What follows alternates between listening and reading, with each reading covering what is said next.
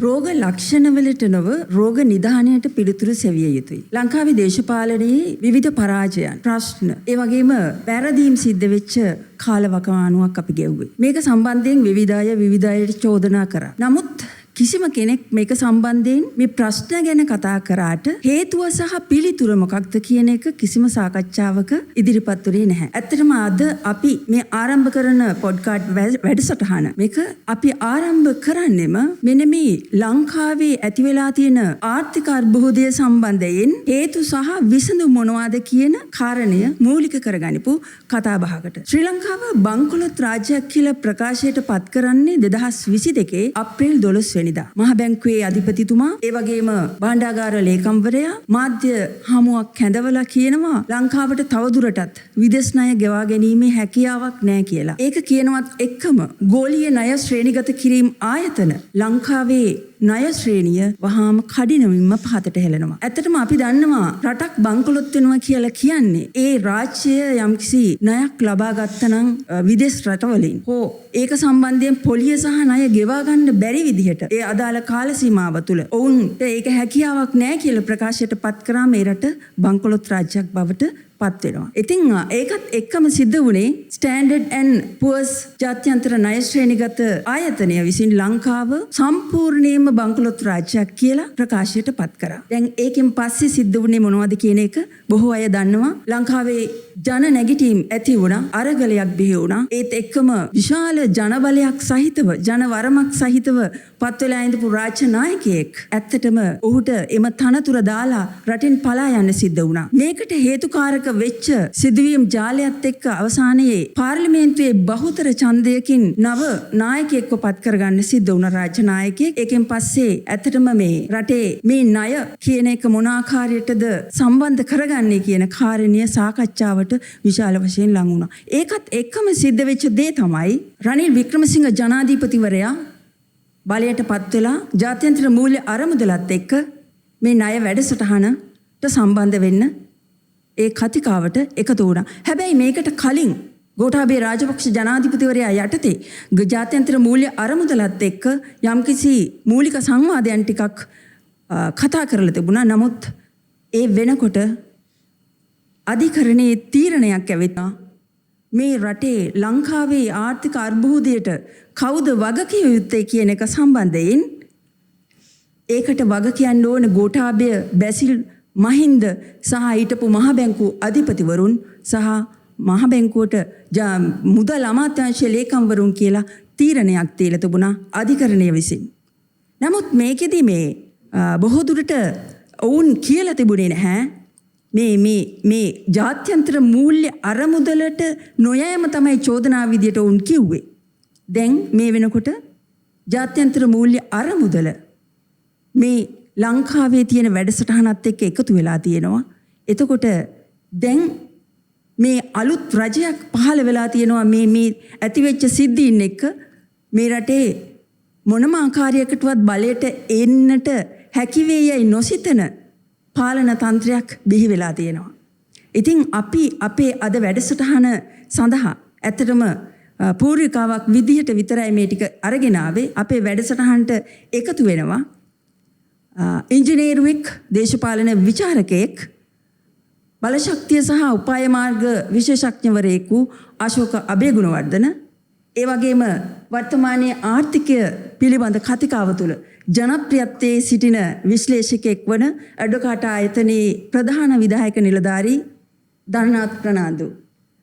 ඔබ දෙදෙනාව පිළිගන්න ගමම මම පළවෙනි වශයෙන්ම කතා කරන්න කැමති ධනනාත් එක්ක ඇත්තටම මේ දැන් IMF ගිහින් තියෙනවා. ලංකාව දැන් IMF ප්‍රෝග්‍රෑම් එක එක්ක සම්බන්ධ වෙලා තියෙනවා. එතකොට දැන් ලංකාවේ ප්‍රශ්නය දැන් ඉවරද? මොකක්ද දැන් මේ රනිලුයි අනුරයි දෙන්නම IMF වැඩසටහනට එකතු වුණා. රනිල්ටයි අනුරටයි පුළුවන්ද මේ රට ගොඩ දාන්න මේක හරහා? බොහොම ස්තුතියි සිරිමලි සහ අශෝක මහත්තයත් එක්ක මේ සාකච්ඡාවට සම්බන්ධ වීම ගැන ලොකු සන්තෝෂයක් තියෙනවා. සරලම උත්තරේ තමයි නෑ අර්බුදය ඉවර නෑ. මේ අර්බුදය තවදුරටත් ඒ විදිහටම පවතිනවා. අර සිරිමලියා අන්තිම ප්‍රශ්න නම් මට උත්තරයක් නැහැ මේ කාට හරි දෙන්නට මේක ගොඩ දාන්න පුළුවන්ද කියලා. හැබැයි මගේ නම් අදහස තමයි මේක ගොඩ දාන්න පුළුවන් පුද්ගලයෙක්ට නෙමෙයි මේක ගොඩ දාන්න පුළුවන් ක්‍රමවේදයකට. ක්‍රමවේදය තමයි මේ ආර්ථික ප්‍රතිසංස්කරණ කරන ක්‍රමවේදය. ඉතින් අර සිරිමලී පූර්විකාවේදී කිව්වා වගේ මේක කිසිම ආයතනයකට ඒක අන්තර්ජාතික මූල්‍ය අරමුදලටවත් ලෝක බැංකුවටවත් කාටවත් අපිව ගොඩ දාන්න බෑ. මේක ගොඩ දාගන්න පුළුවන් අපිටම විතරයි. අපි වැඩිපුර භාණ්ඩ නිෂ්පාදනය කරන්න ඕන. නිෂ්පාදනය කරන භාණ්ඩ වැඩිපුර විකුණ ගන්න ඕනේ. මං ආතරමැදි ප්‍රශ්නයක් අහනවා දනනාත්. දැන් අධිකරණයේ තීරණේ කියනවා එක තැනක මේ පවතිච්ච රජය IMF එකේ වැඩසටහනට එකතු වෙච්ච නැති හින්දා තමයි මේ රට බංකොලොත් භාවයට පත් උනේ කියලා. ඔව් ඒකේ යම්කිසි සත්‍යතාවයක් ඇතිනේ. එතන මම හිතන්නේ අදහස් කරන්නේ අන්තර්ජාතික මූල්‍ය අරමුදලට ගියා නම් මේ සිදුවෙන්න තිබ්බ හානිය මීට වඩා අවම කරගන්න තිබුණා. අපිට අර්බුදය කොහොමත් ඒ වෙලාවේ ඇවිල්ලා තිබුණේ. මොකද සිරිමලී දැන් අර සිරිමලී කිව්වත් මහ බැංකුව අධිපතිතුමා ඇවිල්ලා ප්‍රකාශ කරාට පස්සේ තමයි රට බංකොලොත් වුණේ කියලා. ඊට කලින් රට බංකොලොත් වෙලා තිබුණේ. දැන් මම ඇවිල්ලා මේ මාධ්‍ය හමුවක් තියලා කියන්න ඕනේ නැහැ මට තවදුරටත් ණය ගන්න බෑ කියලා. මම මගේ ලීසින් එකේ වාරික 3ක් දැම්මේ නැත්නම් බැංකුවේ මගේ නම ක්‍රිබ් එකට ගියපු ගමන් මම මාධ්‍ය හමුවක් තියලා කියන්න ඕනේ කොහොම මම ණය ගන්න බෑ.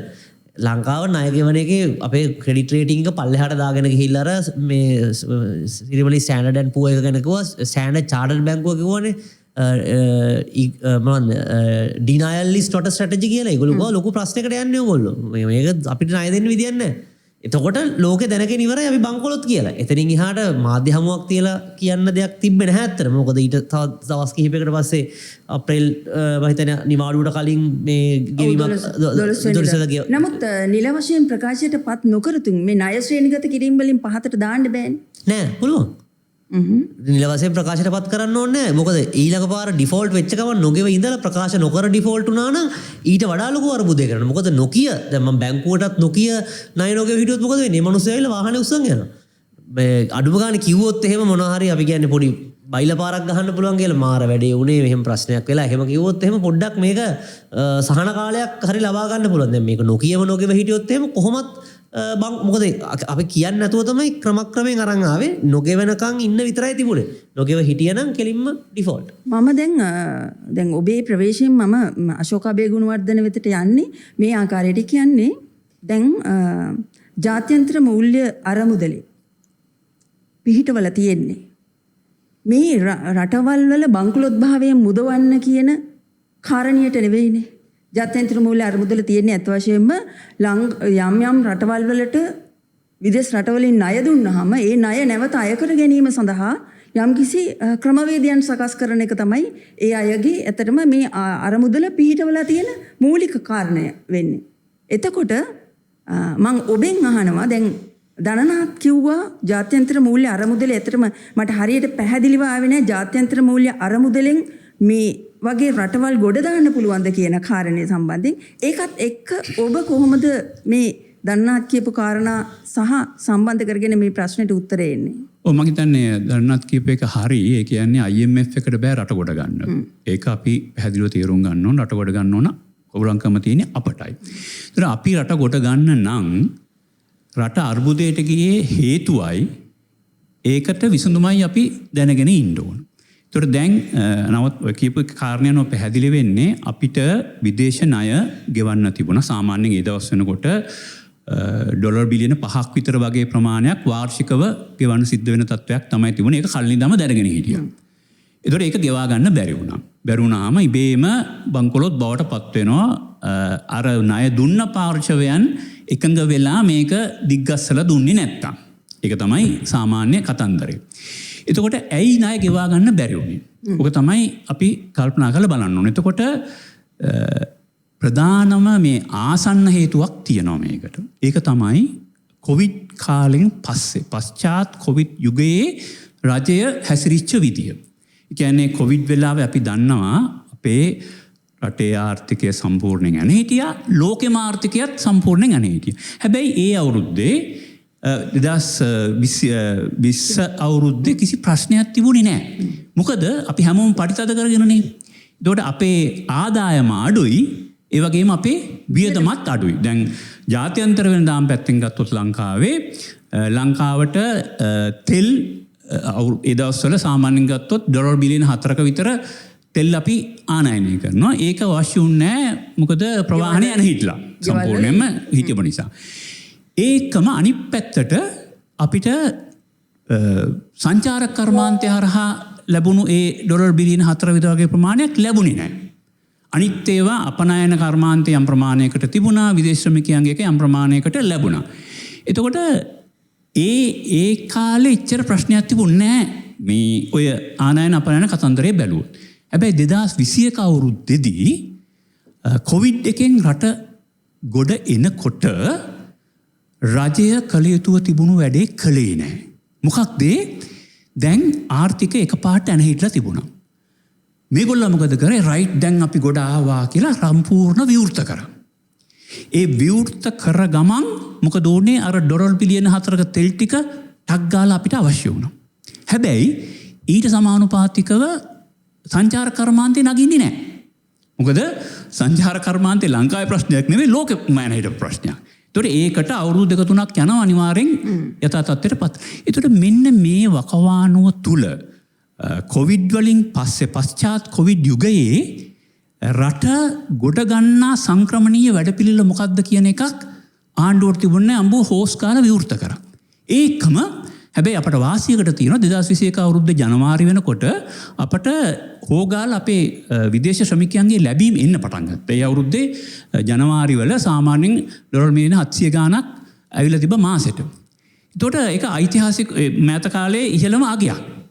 ඒතකොට එහෙම තියේදී The best method to clear brain fog and memory loss and fight off dementia begins when you understand that the simplest way. දැන් මෙතන එක පැත්තකින් සංචාර කර්මාන්තය යන හිටලා අපේ ආර්ථිකයට ඩොලර් ලැබෙන්නේ නැහැ. අනිත් පැත්තෙන් මෙහි අපි දැන් විවෘත කරලා හොගාලා වැඩ. එතකොට මේකත් එක්ක ආපු අර්බුදය තුල ඊට පස්සේ රජය පැත්තෙන් උත්සාහ කරා ජීවන වියදම පාලනය කිරීම සඳහා විනිමය අනුපාතිකය ස්ථාවර කරලා පාලනය කරලා තියාගන්න. මොකද ආනයන භාණ්ඩ අත්‍යවශ්‍ය වෙන නිසා ඒකෙන් බේර ගන්න. හැබැයි ඒක කරපු එක මොකද උනේ? 2021 දෙසැම්බර් වෙනකොට විදේශ ශ්‍රමිකයන්ගේ ලැබීම් බැස්සා ඩොලර් මිලියන 200 ගානට. එතකොට අපිට තවත් ලොකු ලොට් එකක් ඩොලර් නැති වුණා. ඒ සේරම තියාගෙන ආණ්ඩුව අනිත් පැත්තෙන් අර ණයත් ගෙව්වා. බැසිල් මුදල් අමාත්‍යලා ඉන්න කාලේ එයා ණය ගෙව්වා. අන්න ඒක ඒ කියන්නේ ඒතකොට 2022 අවුරුදු ජනවාරි වෙලෙත් ණය ගෙව්වා. එතකොට මෙන්න මේක කළමනාකරණය කරගන්න බැරි වීම නිසා තමයි මේ අර්බුදය ආවේ. කලියුතුව තිබුණේ ක්‍රමානුකූලව මේ අපේ ඩොලර් ලැබීම් වර්ධනය වෙනකන් මේක යම් සංක්‍රමණීය වැඩපිළිවෙල කරා යන්නේ. කියන්නේ පරිභෝජන රටාව අර කලින් මේ යම්කිසි විදියකට මේ එක්තැන් වෙලා තිබුණානේ, පරිභෝජන රටාව අඩු වෙලා තිබුණානේ. මේක තවදුරටත් පවත්වාගෙන ගියා නම් මෙමයි ඒක ආර්ථිකය වර්ධනය වන ශේත්‍රවල වර්ධනය දේශීය ආර්ථිකය නගා සිටින ශේත්‍රවලට අත නොතියා අනිත් හොඳම උදාහරණ තමයි ඒගොල්ලෝ ටක් ගාලා නැවැත්තුවා වාහන ආනයනය. එතකොට එතන ලොකු කුෂන් එකක් වෙනවා වාහන ආනයනය ඊළඟට ඒවයි අල්මතර කොටස. ඒක ඊටාම හොඳ එහෙම තමයි කළ යුතුව තියෙන්නේ. එතකොට ඒක එක විතරයි. හැබැයි මෙහි දුවන එක කළමනාකරණය කරගත්තේ නැහැ. ඒකත් එක්ක බැඳුණු ගොඩක් දේවල් තව සිද්ධ වුණා. ඒතකොට එතනදී දැන් 2022 අවුරුද්දේදී මොකද වුනේ? 2022 අවුරුද්දේදී මේ සේරම තියාගෙන දැන් ඩොලර් නැහැ. ඩොලර් නැති වුණාම මොකක්ද ආණ්ඩුව කළේ? තෙල් නැව් ගේන එක සීමා කරා. ගන්න සල්ලි නැහැ. ඇත්තටම මේ වරායේ නැව් තිබුණා බා ගන්න විදියක් නැහැ. ආපහු ඒගොල්ලෝ ගියා.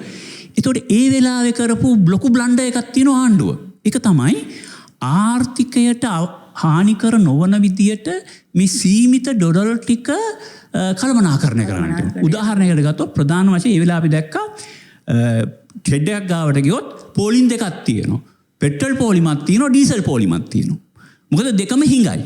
හැබැයි ඒ වෙලාවේ රජය කළ යුතුව තිබුණේ පෙට්‍රල් හිඟ වෙන්න ඇරලා ඩීසල් හිඟ නොකර තියාගන්න. මොකද ඩීසල් රටේ ආර්ථිකයට කෙලින්ම සම්බන්ධයි. ඒ කියන්නේ මිනිස්සු වැඩට යන්න පොදු ප්‍රවාහනය තමයි පොදු ප්‍රවාහනයේ 100%ක්ම ඩීසල්. ඊළඟට භාණ්ඩ ප්‍රවාහනයේ 100%ක්ම ඩීසල් ලොරි වලින්. ඊළඟට කර්මාන්තවලට අවශ්‍ය කරන තෙල් තියෙනවා. ඒ වගේම කෘෂි කර්මාන්තවල. ඒතර මේ සේරම හිඟ කරගත්තා. ඒතකොට ඒ වෙලාවේ අපිට ඩොලර් හිඟ නම් හිඟේ ඇති වෙන්න දෙන්න තිබුණේ පෙට්‍රල් වලින්. ඩීසල් වලට හිඟ කරගත්ත ගමන් දේශීය ආර්ථිකයේම කඩන් වැටෙන තත්ත්වයක් ආවා. එතකොට මේක බොහොම ලේසියෙන් කළමනාකරණය කරගන්න තිබුණ දෙයක්. මොකද ඇන හිටපු එක නිසා රීසෙට් කරගන්න තිබුණ රටේ ආර්ථිකය. අපිට රටේ ආර්ථිකයේ මෙතෙක් කලක් තිබුණු නරක දේවල් ටික පාලනය කරලා ඒවා පාලනය වෙන්න ඇරලා හොඳ දේවල් පැත්තෙන් තව ඉස්සරහට ගියා නම් අපිට ඊට කලින් තිබුණට වඩා හොඳ ආර්ථිකයක් හදාගන්න තිබුණා. ඒතකොට මෙතන මේ කළමනාකරණය කිරීමේ ප්‍රධාන ප්‍රශ්නය තමයි ඒකට වැඩපිළිවෙලක් තිබුණේ නැහැ. ඒතකොට ඒකට ජනාධිපතිවක් කියන්නේ අර ලයිස්තුම් වග කියන්න ඕන. ඒ කිසි ප්‍රශ්නයක් නැහැ. හැබැයි ඒ වගකීම් IMF එකට යනවද නැද්ද කියන ප්‍රශ්නේ උඩවත් ඒක ඒ අධිකරණ තීන්දුවේ තිබුණේ මේ පෙටිෂනර්ස් පෙත්සංකාරයෝ දාලා තිබුණේ වෙලාවට IMF එකට ගියේ නැහැ සහ ඒ ඊට කලින් අවුරුද්දේ ජනවාරි මාසයේ අර මේ සමාවෙන්න මේ බදු අය කිරීම් මේ ආදායම් බදු අය කිරීම් අඩු කරපු එක. ඒ ආදායම් බදු කිරීම් අඩු කරපු එක රටේ ආර්ථිකයට නෙවෙයි බලපාන්නේ රජයේ ආර්ථිකය. ඇත්තටම රජයේ අයවැය රටේ අයවැය කියලා දෙකක් තියෙනවා. මෙන්න මේ රටේ අයවැය කළමනාකරණය කරගන්න රජය හරියට මැදිහත් වුණා නම් ඒ සඳහා හොඳ උපක්‍රමික සැලැස්මක් තිබුණා නම් මේ රජයේ අයවැය කළමනාකරණය එක මහා කජ්ජක් නෙවෙයි. ප්‍රශ්නේ තියෙන්නේ රටේ අයවැය පිළිබඳ විධිමත් සැලැස්මක් තිබුණේ නැහැ. හැබැයි ඒකේ දීර්ඝකාලීන ප්‍රශ්නේ ඇත්ත. ඒ කියන්නේ ඩොලර් බිලියන 5 ගානේ අපිට හොඳ තත්ත්වයන් යටතේ වුණත් ගෙවන්න පුළුවන්කම තිබුණාද? එහෙම තියෙන්න නම් ඒ ඩොලර් බිලියන 5ක ඒක ගෙවන්න වෙන්නේ කලින් ගත්ත ණය. ඒ කලින් ණය ගන්නකොට ඒකට හරියන්න අපට ඩොලර් උත්පාදනය වීමේ වැඩපිළිවෙලක් තිබුණාද? ප්‍රොජෙක්ට්ස් දිහා බැලුවේ නැහැ. මේකේ වයබිලිටි එක පැත්තෙන්. ප්‍රතිලාභ පැත්තෙන් බැලුවේ නැහැ. අපට මේ ණය අරගෙන දැන් බැලුවොත් එහෙම තවමත් පෝට් සිටි එක නිකන් වරාය හම්බන්තොට වරාය හැදුවා. දැන් මේවායේ කොහොමද ආර්ථික ප්‍රතිලාභය රටට ලැබෙන්නේ සහ කොහොමද ඩොලර් ජනනය කරගන්නේ මේවා ආපහු ගෙවන්න. මෙන්න මේ වගේ පහුගිය අවුරුදු 10 15 තුරම විශේෂයෙන්ම යුද්ධෙන් පස්සේ කාලේ පුරාම ඒ සම්බන්ධයෙන් කිසිම තැකීමක් නැතුව ඔහෙ කරන්නම් වාලේ ණය අරගෙන වැඩ කරන්න ගිය නිසා තමයි දිගු කාලීන අර්බුදය ආවේ. ඇත්තටම මේක ගෝඨාභය රාජපක්ෂ ජනාධිපතිවරයාගේ මේ අවුරුදු දෙක ඇතුලේ සිද්ධ වෙච්ච සිදුවීමක් නෑ. දිගු කාලීන කාරණේ සම්පූර්ණයෙන්ම මේ ගෝඨාගෙන් පිට දෙයක්. හැබැයි ගෝඨාභයගේ කාලේ මේ පශ්චාත් කොවිඩ් සමයේ පිළිබඳ නිර්මාණශීලී අදහසක් තිබුණේ නෑ. එයාට ඕනකම තිබ්බේ නෑ හරි ෂෝක් ආපහු අපි තමයි ඉස්සෙල්ලම මොකක්ද කිව්වනේ දවස්වල අපි තමයි හොඳටම කරේ කියලා. ඒ වගේ එකක් පෙන්වන්න ගිහිල්ලා තමයි වැනගත්තේ.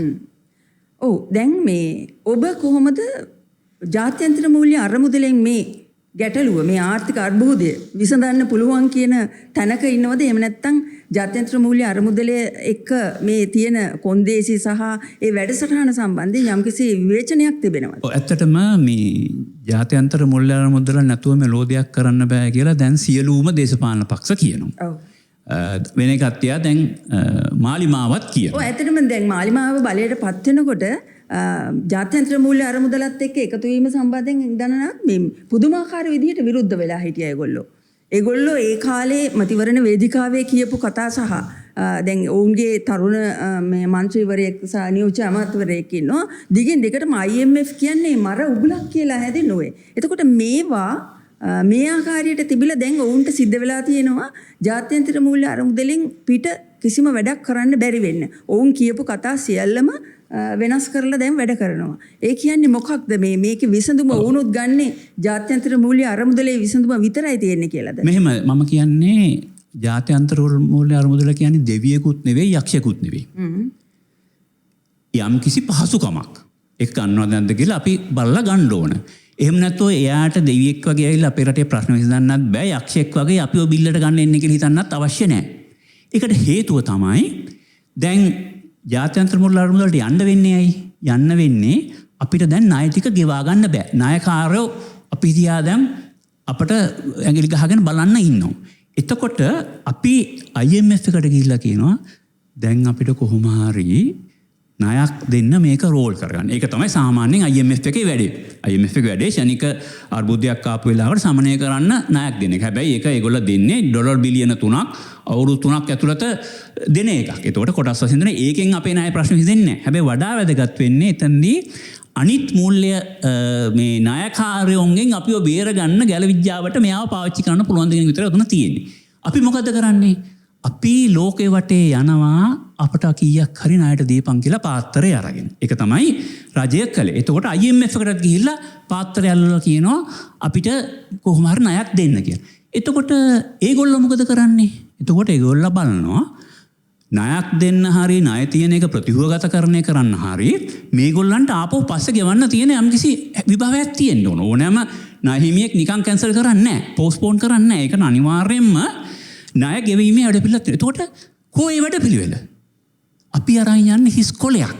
අපි හිස්කොලේ අරන් ගිහලා IMF එකට කියනවා මොනවා හරි ලියලා අපට කොන්දේසි ටිකක් Hey, my English not so good. Do you mean my English isn't very good? Yes, I'm sorry. දාලා අපිට ණයක් දීපන්. අපිට අර අනිත් අය ණයකාරයෝ ටික ෂේප් කරලා දීපන්. ඕක තමයි කතන්දරේ. එතන තමයි වරදින්නේ. ඒතකොට IMF එකට අපි කියනවා අපේ රටේ ආර්ථිකය හදන වැඩපිළිවෙල උඹලා අපට හදලා දීපන් කියලා. ඒතකොට ඒගොල්ලෝ හදලා දෙනවා. හැබැයි ඒගොල්ලෝ හදලා දෙන්නේ රටේ අයවැය විසඳ ගන්න නෙවෙයි රජයේ අයවැය විසඳ ගන්න. උතනයි ප්‍රශ්නේ තියෙන්නේ. රටේ අයවැය පිළිබඳ විසඳුම IMF එකට දෙන්න බෑ. IMF එකට තියා ලංකාවේ මේ මුදල් අමාත්‍යාංශයටයි මහ බැංකුවටයි දෙන්න බෑ. දැන් දනනාත් IMF එක සමග තියෙන වැඩසටහන් සම්බන්ධයෙන් දනනාත් මුල ඉඳන්ම ඉතා කැමැත්තෙන් හිටියා. IMF දනනාත් මම දන්නවා මුල් කාලීනව IMF එකට ඒ පැවතිච්ච ආණ්ඩුව නොගිය කාලවකවානුව තුලත් මේ IMF වැඩසටහනත් එක්ක එකතු වෙන්න ඕනේ කියන යෝජනාවේ දනනාත් හිටියා. එතකොට ඔබ කොහොමද හිතන්නේ දැන් මේ IMF වැඩසටහන හරහා මේ රටේ ප්‍රශ්නයට මේ මැදිහත් වීම වර්තමාන රජය තුල තියෙන වැඩසටහනන් එක්ක කොච්චර සාධනීය තත්වයකට පත් වෙනවද? උසිරිවලි IMF වැඩසටහන අපි සංසන්දනය කරන්න ඕන ඊට පසුව තියෙන හොඳම ඔප්ෂන් එකත් එක්කනේ දැන් අපි ඇවිල්ලා ලෙඩා මැරෙන්න යනවා ලෙඩාගේ කකුල කපනවා. දැන් මේ දෙකෙන් එතකොට අපි කකුල කපනවා කියන එක සංසන්දනය කරන්න ඕන මැරීමට සාපේක්ෂව. නැත්නම් අමුම මේ ඉන්න හොඳ මිනිස්සෙක් කකුල කපනවා කිව්වොත් එහෙම අපි අහනවා පිස්සුද කකුල කපන්නේ කියලා. හැබැයි දැන් ඊළඟට තියෙන ඔප්ෂන් එක මැරෙන්න යන එක නම් මැරෙන්න යෑම කකුල කැපීම අතර කකුල කැපීම තමයි කකුල කපලා ජීවිතේ බේර ගැනීම තමයි හොඳ ඔප්ෂන් එක. එතකොට දැන් අන්තර්ජාතික මූල්‍ය අරමුදලට යෑම සාධනීය වෙන්නේ ඊට පස්සේ තියෙන ඔප්ෂන් එක මොකද්ද? ඊට පස්සේ සිරිමල් අපි කාටවත් ඔප්ෂන් එකක් තිබ්බේ නැහැ. අපි හිතුවා චීනෙන් අපිව බේරගනී කියලා. ඒකට චීනට දොස් කියන්නත් බෑ. එහෙම හැකියාවක් තිබ්බේ නැහැ චීනෙට. එහෙම චීනට කරන්න අපහසුයි. වෙන අපිට ක්‍රමයක් තිබ්බේ නැහැ. ඒක නිසා ඒ අවස්ථාවේ තිබ්බ ගැළපෙන මේක තමයි අන්තර්ජාතික මූල්‍ය අරමුදලට ගමන් කිරීම. මොකද ඒකට හේතුව තමයි ණය ගෙවීම පැහැර හැරියට පස්සේ මම කිව්වාගේ ණය ගෙවීම පැහැර හැරියේ මාධ්‍ය නිවේදනය නිකුත් කරන්න බොහොමයකට කලින් ගෙවන්න සල්ලි තිබ්බේ නැහැ. ඒක නිසා ඒ වගේ අවස්ථාවක ණය ප්‍රතිව්‍යුහගත කර ගැනීම සඳහා ලෝකයේ තියෙන ආකෘතියක්. ඒ ආකෘතිය හරහාම යා යුතුයි. එහෙම නැතුව යන්න නම් ඉතින් මොනවා හරි ජපානයේ හරි කවුරු හරි මේ වගේ විශ්වාසදායි රටක් ඉස්සරහට එන්න ඕනේ. හරි අපි මේකේ සම්පූර්ණ වගකීම බාර ගන්න කියලා. අද තියෙන ලෝක ආකෘතියට මගේ දැනුම හැටියට එහෙම රටක්වත් එන්නේ නැහැ. ඒ අනුව තමයි අන්තර්ජාතික මූල්‍ය අරමුදල ඒ අවස්ථාවේ තිබිච්ච සාධනීය. ඉතා නිවැරදිව සර්ව බලධාරී නිවැරදිව එක නෙමෙයි. ඒ තිබ්බ අවස්ථාව අනුව සාධනීය. මම ඒකම අහනවා දැන් ඇත්තටම දැන් කලින් තිබුණටත් වඩා ණය ප්‍රමාණයක් එකතු වෙලා තියෙන්නේ දැන්. දැන් අපි ණය ගෙවන්න ස්ටාර්ට් කරන්න වෙනවා ඉතා ඉක්මනින්.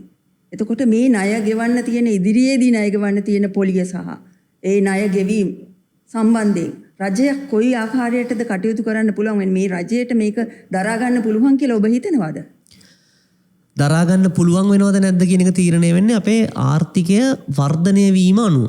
අපේ කොච්චර භාණ්ඩ ප්‍රමාණයක් වැඩිපුර නිෂ්පාදනය කරගන්නවද ඒවා විකුණ ගන්න පුළුවන් වෙනවද කියන එක අනුව.